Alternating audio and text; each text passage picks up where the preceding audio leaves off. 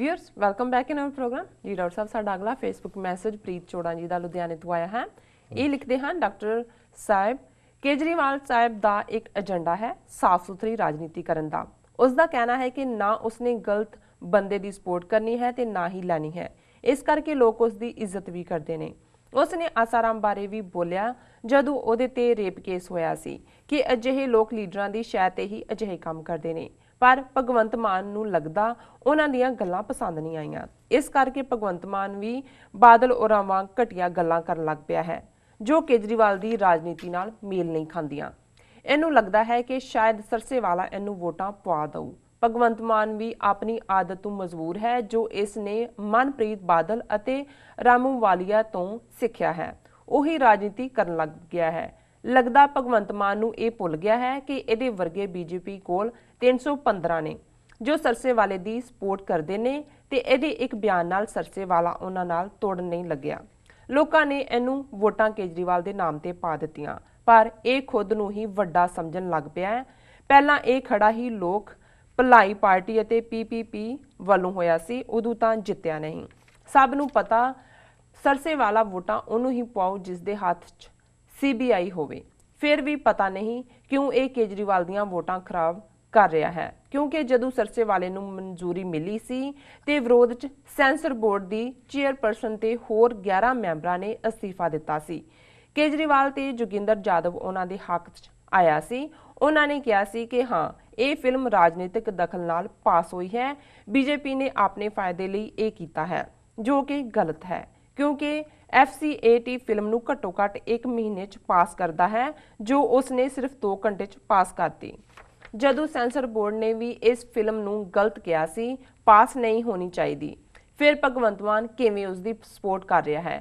किते बीजेपी च जाण दा इरादा तां नहीं इसदा जो केजरीवाल दियां वोटां खराब कर रहा है, क्योंकि बीजेपी बिना तां सरसेवाला किसी नूं वोट नहीं पाउंदा। जी डॉक्टर साहब।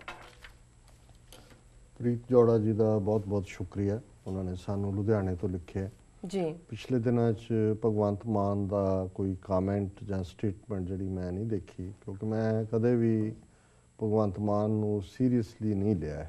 मैं समझदा भी ये जिन्हों लतीफेबाज और मस्करा और एंटरटेनर है जी। सो ठीक है, लोगों की रिजेंटमेंट अकालियों के खिलाफ सी, साड़ियाँ धिरां उत्थे कोई अपना बदल दे नहीं सकियां, सो इहदा भी दा लग गया। बाकी जितों तक पोलिटिकल मैच्योरिटी का ताल्लुक है, इन्होंने बिल्कुल ठीक लिखा है। किसी वेले बलवंत रामू वालिया की लोक भलाई पार्टी का हिस्सा सी और रामू वालिया सुखबीर की मुछ का वाल बन गया, लैफ्ट ओवर हो गया। फिर मनप्रीत बादल आ गया, पंजाब पीपल्स पार्टी PPP जी। तो वैसे भी पीण का शौक रखते हैं मान साहब, तो वो फिर PPP चले गए भी, उत्थे तो 3 बारी PPP है जी। लेकिन वो गल बनी नहीं, भावें भज दौड़ तो बथेरी की। और लेकिन एक गलों मैं जरूर एडमायर करदा कि भी जिस जमाने 90वियां का दौर जदों सिख जुझारूआं दे उत्ते तशद्दद, आम लोगों ते तशद्दद, उस पीरीयड च भगवंत मान दे जड़े कॉमेडी शो सी जां जिहदे च उन्हें पुलिस की जिहड़ी है इस किस्म की एक्सप्लॉयटेशन उन्होंने भी हाईलाइट किया, दूसरे करप्शन भी किया। अजे तक मेरिया नज़रों चो ये नहीं गुजरिया है भी इसने कोई करप्ट प्रैक्टिसिस दे विच हिस्सा लिया होए। सो बाकी पोलिटिकल इमेच्योरिटी तो है ही है। जिहड़ा रामू वालिए वर्गे नूं जिहदी शक्ल देख के पता लग जाता चोर है, जिहड़ा उहनूं ज्वाइन कर सकता है। फिर मनप्रीत बादल जिस दे लई इन्हें पूरा जी जान लाया। सो मैं समझदा भी कई बार ये भी एक इन्हां दी मजबूरी हुंदी है कि भी जिहड़े ये एंटरटेनर हुंदे ने इन्हां दी तां ट्रेनिंग ही बोलण दी हुंदी है, जिथे इन्हां नूं चुप कीतियां भी सर सकदा उत्थे भी बोली जांदे ने। वो फिर इन्ना की बोलते हैं उन्होंने पता ही नहीं लगता कि भी सुक्का की है तो गिला की है जी। तो इसे अंदाज जोड़ा मैनू लगता भी जिस ते उन्होंने रिएक्ट किया है, जिस स्टेटमेंट बारे होर भी फेसबुक कामेंट ने कि भी इन्हें कितने भगवंत मान ने कहा है कि भी ये जी सौदा साध की फिल्म है इनू रिलीज़ हो लैन देना चाहिए, की फर्क पैंदा है। हालां मैनू दस रहे सी कि भी इन्हें एक्सप्लेनेशन भी दी है। मैं क्या जी इनू किहड़ा इन्हें अपने चेलियां लई बनाई है, ਆਪਣੇ ਡੇਰੇ 'ਚ ਵਿਖਾਈ ਜਾਏਗਾ, ਪਰ ਇਹ ਮੈਨੂੰ ਲੱਗਦਾ ਵੀ ਐਵੇਂ ਫੇਕ ਐਕਸਪਲੇਨੇਸ਼ਨ ਹੈ। ਜੀ ਪਰ ਇਹ ਜ਼ਿਆਦਾ ਬੋਲਣ ਚੋਂ ਔਰ ਪੋਸੀਬਲ ਹੈ, ਉਹਨਾਂ ਨੇ ਠੀਕ ਕਿਹਾ ਪ੍ਰੀਤ ਚੌੜਾ ਜੀ ਨੇ ਕਿ ਵੀ ਸਰਸੇ ਵਾਲਿਆਂ ਦੀ ਲਾਇਲਟੀ ਤਾਂ ਬੀਜੇਪੀ ਨਾਲ ਹੈ। 90 ਸੀਟਾਂ ਦੇ ਉੱਤੇ ਹਰਿਆਣੇ 'ਚ ਉਹਨਾਂ ਨੇ ਉਹਨਾਂ ਦੀ ਹਮਾਇਤ ਕੀਤੀ ਸੀ, ਉਹਨਾਂ ਨੂੰ ਉਹਨਾਂ ਨੇ ਪ੍ਰੋਟੈਕਟ ਕਰਨਾ ਹੈ।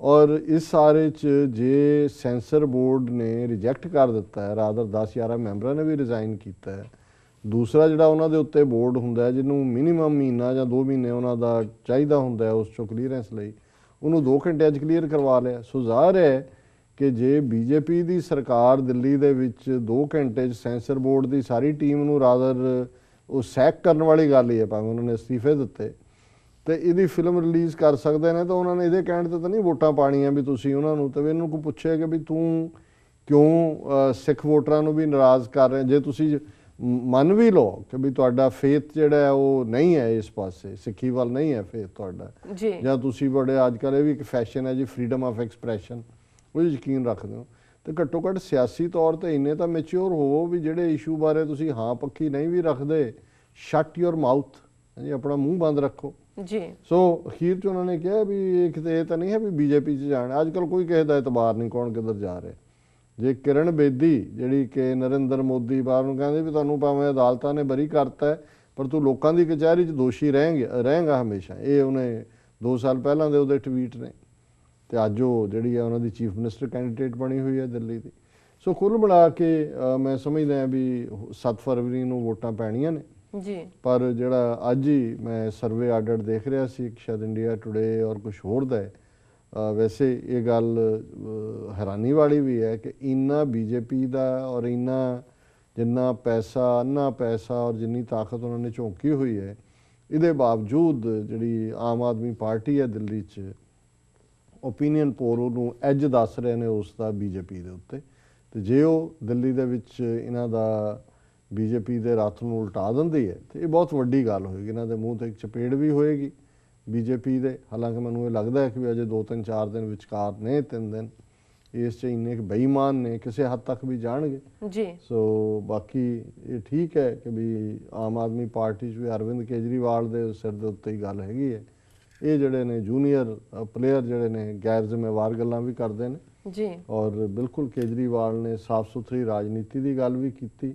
ਆਸਾਰਾਮ ਨੂੰ ਵੀ ਪੰਨੇ, ਔਰ ਅਜੇ ਤੱਕ ਘੱਟੋ ਘੱਟ ਜਿਵੇਂ ਸਪੈਸ਼ਲ ਇਨਵੈਸਟੀਗੇਟਿਵ ਟੀਮਸ ਬਣਾਈਆਂ, ਸੋ ਕਿਸੇ ਤਰੀਕੇ ਨਾਲ ਵੀ ਉਸਨੇ ਕੋਈ ਐਂਟੀ ਸਿੱਖ ਲਾਈਨ ਪਬਲਿਕਲੀ ਨਹੀਂ ਲਈ, ਪਰ ਇਹ ਜਿਹੜੇ ਉਹ ਨਚਾਰਾਂ ਵਾਲਾ ਹੀ ਫਿਰ ਕਿਰਦਾਰ ਪਲੇ ਕਰ ਰਿਹਾ ਭਗਵੰਤ ਮਾਨ। ਜੀ ਡਾਕਟਰ ਸਾਹਿਬ ਨਾਲ ਨੇ ਬ੍ਰੇਕ। ਵਿਊਅਰਸ ਤੁਸੀਂ ਨਾਲ ਇਸ ਤਰ੍ਹਾਂ ਬਣੇ ਰਹੋ, ਮਿਲਦੇ ਹਾਂ ਛੋਟੇ ਵਕਫੇ ਤੋਂ ਬਾਅਦ।